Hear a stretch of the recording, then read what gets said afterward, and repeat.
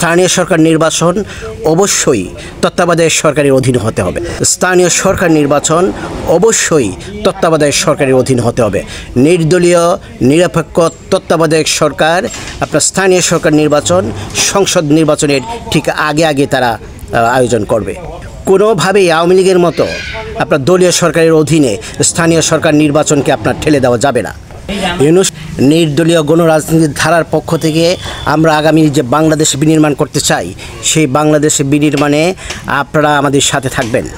আমি যেহেতু কিশোরগঞ্জ সদর এবং হোসেনপুর নির্বাচনী অঞ্চল থেকে কিশোরগঞ্জ 167তম আসন থেকে আমি আমার অবস্থান স্পষ্ট করছি, তাই আমি আমার অঞ্চলের মানুষকে একটা কথা বলতে চাই, সৎ যোগ্য প্রার্থী আপনারা বেছে নেবেন এবং আগামী বাংলাদেশের জন্য ওই এমপি ক্যান্ডিডেটের যে চিন্তার ধারাটা কি, চিন্তার পদ্ধতিটাকে, সেই চিন্তার পদ্ধতিটা আপনারা বুঝে নেবেন। পরিশেষে সত্তা দার্শনিক সংঘের পক্ষ থেকে, নির্দলীয় গণরাজনীতির ধারার মানুষের পক্ষ থেকে, কিশোরগঞ্জ 167তম আসনের পক্ষ থেকে আমি ভূঁইয়া মানিক সারা বাংলাদেশের মানুষকে শুভেচ্ছা জানিয়ে আজকের মতো এইখানেই। রাষ্ট্রীয় ক্ষমতা সাধারণ মানুষের কাছে, পার্টির নামে জনগণের ক্ষমতা, সাধারণ মানুষের ক্ষমতা পার্টির সিন্ডিকেটে ঢুকিয়ে দেওয়া হয়। গণতান্ত্রিক রাষ্ট্রের নামে যে পার্টির সিন্ডিকেট, এইটা বড় ধরনের মাফিয়া সিন্ডিকেট। কিন্তু বিপ্লবী পার্টির নামে পার্টির গণমানুষের যে পার্টি, ওই পার্টি হচ্ছে জনমানুষের সিন্ডিকেট। একটা রাষ্ট্রকে গঠন করার জন্যে সাধারণ মানুষের একতাবদ্ধ এবং জোটবদ্ধতা ছাড়া আপনার নতুন করে রাষ্ট্র ব্যবস্থা কায়েম করা, নতুন করে রাষ্ট্র ব্যবস্থা প্রতিষ্ঠা করা আজকে সম্ভব নয়। গত 53 বছরে রাজনীতির নামে বাংলাদেশকে একটা সিন্ডিকেটের মধ্যে ঢুকিয়ে দেওয়া হয়েছে। ওই সিন্ডিকেটের বিরুদ্ধে গণরাজনীতির ধারার পক্ষ থেকে আজকে আমরা যখন মাঠে কাজ করছি, তখন বিভিন্ন ধরনের সমস্যা আমরা সম্মুখীন হচ্ছি, কিছু ভাবনা জনগণের সামনে উপস্থাপন করছি। স্থানীয় সরকার এটা আপনার কোনোভাবেই সংসদ সদস্যদের আন্ডারে দেওয়া যাবে না। কোনোভাবেই স্থানীয় সরকারের কোনো ধরনের সিদ্ধান্ত এবং কোনো ধরনের আপনার সিদ্ধান্ত আপনার সংসদ সদস্যদের আপনার আন্ডারে দেওয়া যাবে না। সংসদ সদস্যদের একটা কাজ থাকবে হচ্ছে তারা শুধু আইন প্রণয়ন করবে। আজকে পরিবর্তিত পরিস্থিতিতে বিএনপি কি চায়? আজকে পরিবর্তিত পরিস্থিতিতে বিএনপি চায় গত 17 বছর আওয়ামী লীগ যে স্টাইলে বাংলাদেশটাকে পরিচালিত করেছিল, ওই স্টাইলে তারা আবার 17 বছর পরিচালিত করবে। আবার একটা তারা মাফিয়া শাসন চায়, যার কারণে মৌলিক সংস্কার ঐক্যমত্য কমিশনে মৌলিক প্রত্যেকটা সংস্কারের মধ্যে তারা নোট অফ ডিসেন্ট আপনার দিয়ে দিয়েছে। এই নোট অফ ডিসেন্ট আপনার যদি পরবর্তী আপনার নির্বাচনের পর তারা রাষ্ট্র ক্ষমতায় গিয়ে সংসদে বসে, তাহলে নোট অফ ডিসেন্ট আপনার যে সকল পয়েন্টে তারা দিয়েছে, একটা পয়েন্টও তারা বাস্তবায়ন করবে না। স্থানীয় সরকারে আপনার এমপিদের কোনো কর্তৃত্ব থাকবে না। আবার বলছি, স্থানীয় সরকারি এমপিদের কোনো কর্তৃত্ব থাকবে না। এই একটা সিদ্ধান্তে ঐক্যমত্য কমিশন আপনার ঐক্যমত্য হতে পেরেছে বলে আমরা মনে করি না। এমপিদের সুনির্দিষ্ট কাজ হবে। এমপিদের কাজ হবে ঢাকায় বসে থেকে আপনার দেশের বিদ্যমান আইনি কাঠামোকে আইন প্রণয়ন করা। আইন প্রণয়নের বাইরে এমপিদের কোনো ক্ষমতাই দেওয়া যাবে না। আইন প্রণয়নের বাইরে যদি আপনারা এমপিদেরকে ক্ষমতা দেন, তাহলে এই গত 17 বছর আওয়ামী শাসনের ধারায় তারা নতুন করে লুটপাট বাংলাদেশে চালাবে। নতুন গণ অভ্যুত্থান এবং বিপ্লবের বাংলাদেশে এটা হতে পারে না। স্থানীয় সরকার স্বতন্ত্র যে কাঠামো, এই স্বতন্ত্র কাঠামোর বাইরে আপনার এমপিদেরকে যদি এখানে উপদেষ্টাও করা হয়, তাহলে আমরা মনে করি নির্দলীয় জনগোষ্ঠী, নির্দলীয় গণরাজনৈতিক ধারার জনগোষ্ঠী মনে করে যে বাংলাদেশ আমাদের যে কল্পনার বাংলাদেশ এবং আগামীর বাংলাদেশ প্রতিষ্ঠার জন্য যে ধরনের কর্মকাণ্ড হওয়া উচিত, সব কিছু কর্মকাণ্ড আপনার ভেস্তে যাবে। আগামী জাতীয় সংসদ নির্বাচনে যদি হয়, তাহলে নির্দলীয় গণরাজনীতির ধারার পক্ষ থেকে আমরা নির্বাচনে যে ধরনের কথা জনগণের সামনে বলছি, সে ধরনের একটা কথা হচ্ছে যে স্থানীয় সরকার কাঠামো, সংসদীয় কাঠামো, উচ্চকক্ষের কাঠামো, 3টা কাঠামোর মধ্যে আপনার একটা ভারসাম্য সৃষ্টি করা। এই ভারসাম্যের প্রধান কারণই হচ্ছে, এই ভারসাম্যের প্রধান কাজই হচ্ছে স্থানীয় সরকার কাঠামো এবং স্থানীয় সরকার ব্যবস্থাপনার মধ্যে এমপিদেরকে রাখাই যাবে না।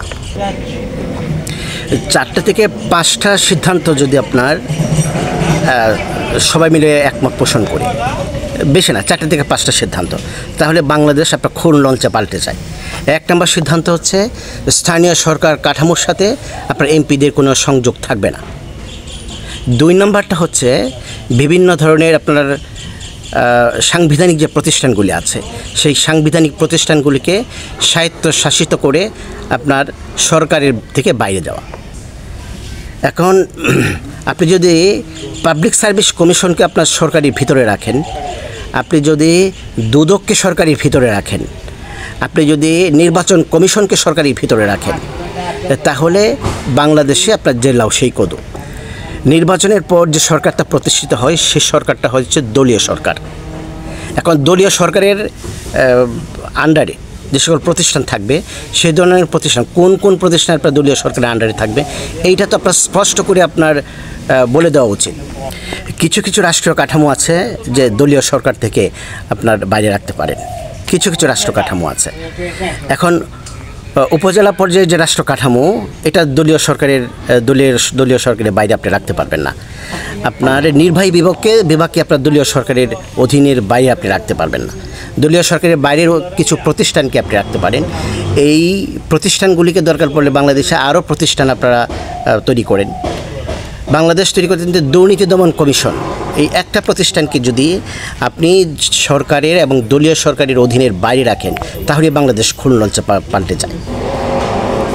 দুর্নীতি দমন কমিশনকে যদি আপনার সরকারের বাইরে রাখেন এবং দুর্নীতি দমন কমিশনকে যদি আপনার স্বায়ত্ত শাসন দেন তাহলে বাংলাদেশের আজকের যে শাসনতান্ত্রিক যে কাঠামো আছে, লুটপাটের যে কাঠামো আছে সেই লুটপাটের কাঠামোই ভেঙে যায়।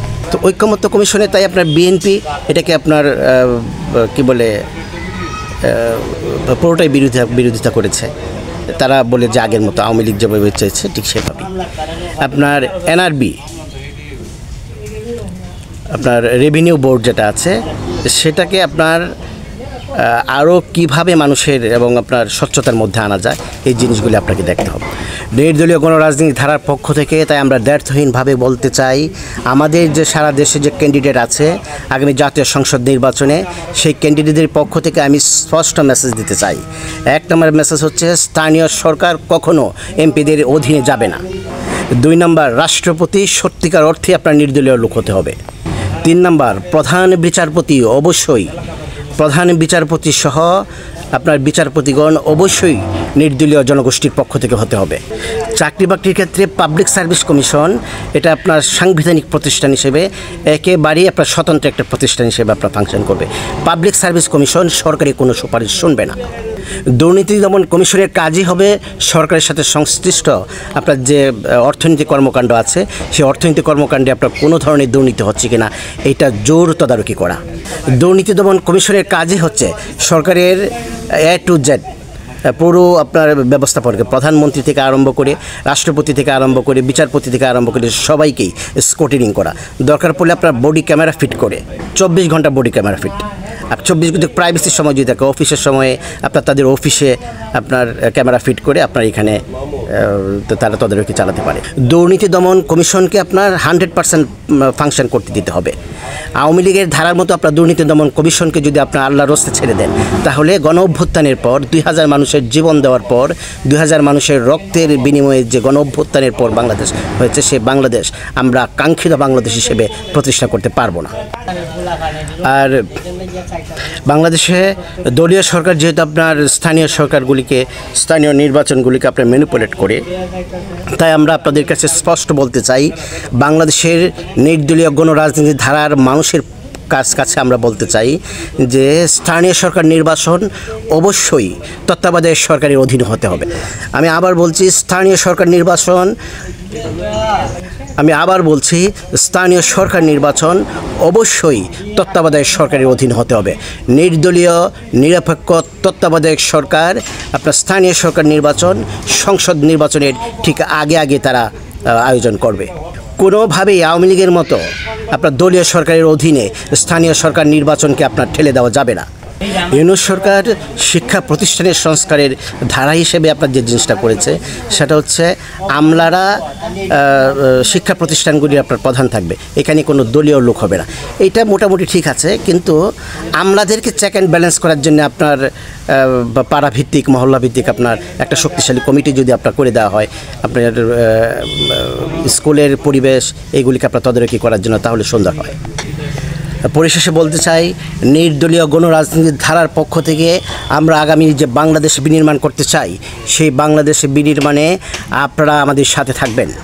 আমি যেহেতু কিশোরগঞ্জ সদর এবং হোসেনপুর নির্বাচনী অঞ্চল থেকে, কিশোরগঞ্জ 167তম আসন থেকে আমি আমার অবস্থান স্পষ্ট করছি, তাই আমি আমার অঞ্চলের মানুষকে একটা কথা বলতে চাই, সৎ যোগ্য প্রার্থী আপনারা বেছে নেবেন এবং আগামী বাংলাদেশের জন্য ওই এমপি ক্যান্ডিডেটের যে চিন্তার ধারাটা কি, চিন্তার পদ্ধতিটাকে, সেই চিন্তার পদ্ধতিটা আপনারা বুঝে নেবেন।